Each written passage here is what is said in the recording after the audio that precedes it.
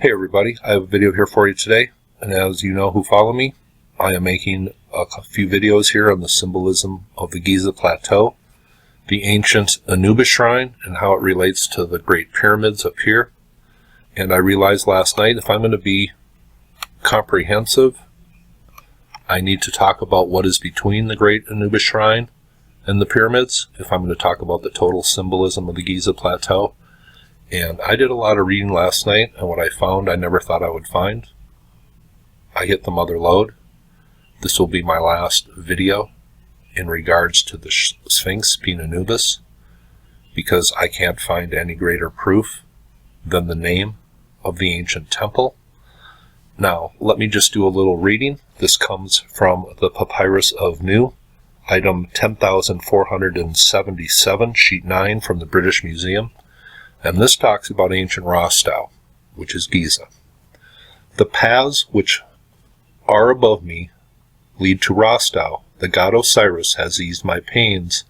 I am he who maketh the waters come into being, and who setteth his throne thereon, and who maketh his pass through the funeral valley and through the great lake.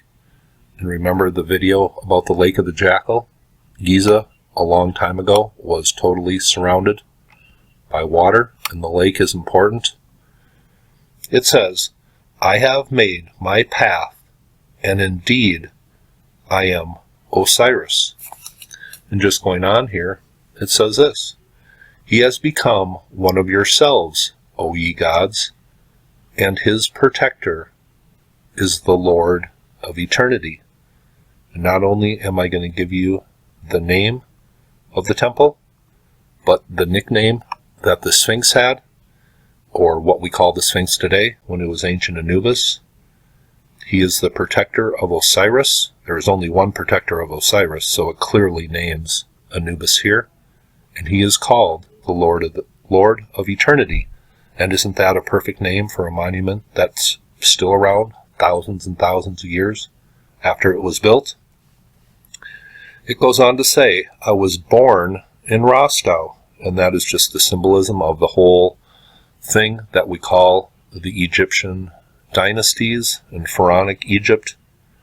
It was all born in Rostau. They're clear about this. It was the place of creation, or where everything started. I was born in Rostau, and splendor hath been given unto me by those who dwell in their Sahu, which is another name for Orion, in the habitation where libations are made to Osiris. But the Lord of Eternity, that's the little epithet that they gave this ancient shrine, which was Anubis, and I'm going to prove that. And this is from what is entitled the Receding Path. It says, the divine ministers who are in Rostau shall receive me when Osiris is led into the twofold funeral region of Osiris. And the receiving paths are what we call the causeways today, one right here and one right here. These are the receiving paths for the funeral of Osiris, and it has nothing to do with the death of the physical body. And this is all about initiation into what you could say is a higher knowledge or a higher power that lets you become gods. It's not a physical death, and that is exactly why at Teotihuacan it is called the Avenue of the Dead, and where men become gods. It's the same thing here at Giza. It's not a physical death, it's a spiritual death, and you are reborn, and I will get into that in my next video. Now, this comes from the Papyrus of Ani, item number 10,470, sheet 30 from the British Museum. And here, the ancient Egyptians give up the name of the ancient temple that we call the Sphinx today. And it says this, I have submerged the boat of mine enemies, while I myself have sailed over the lake in the Neshmet boat. I have seen the Orion in the city of Quem-wer, and that interpreted as the city of the lake. I have caused the god to have mastery over his 2 feet.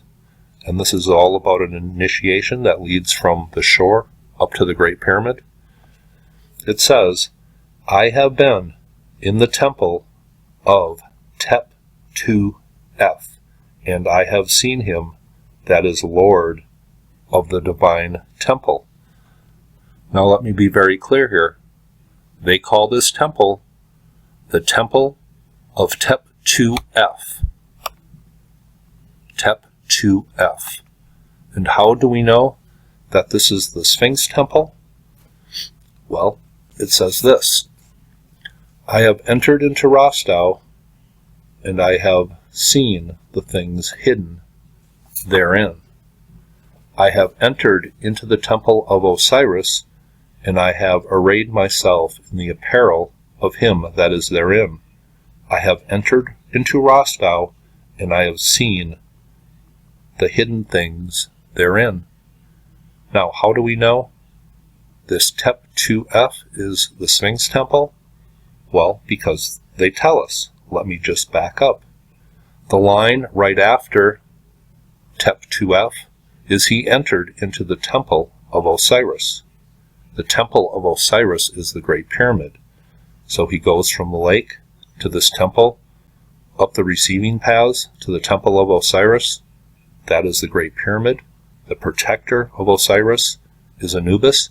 And what does Tep-2-F translate to? Where the Egyptians are telling us this is the name of the temple between the shore and the Great Pyramid, Tep-2-F, translated, is Anubis upon his hill. The ancient Egyptians have identified the Lord and his temple that is between the shore and the Great Pyramid as Tep-2-F, and that is Anubis on his hill. I will never make another Anubis video because all of my previous videos has just been providing layers of evidence, but you have no greater evidence than the ancient Egyptians' name for the temple we call the Sphinx today, and they identify it as the Temple of Tep-2-F, the Temple of Anubis. Once again, it says, I have been in the Temple of Tep-2-F, and I have seen him that is Lord of the divine temple. So what they're telling you is there is a monument of a Lord, and there is a temple right next to it. This is clearly identifying this as the Temple of Anubis. Now, my next video, I'm going to be tying this all together. The Temple of Anubis, the Receding Paths of Osiris leading up to these two main temples, these two large pyramids on the Giza Plateau. I am just about at the end of my research to Giza, but the Egyptians cough up the name of the ancient temple we call the Sphinx. So now there can be no doubt that this in antiquity, when this was first built, was a shrine of the great god Anubis. And I will debate this with anybody in the world because I have the ancient Egyptians in my corner. And this is it. My Anubis research is done. This is the greatest proof you can have, is the ancient Egyptians themselves telling us that this was the Temple of Anubis. Hope you thought this was interesting. I know you did. And you all have a very nice day.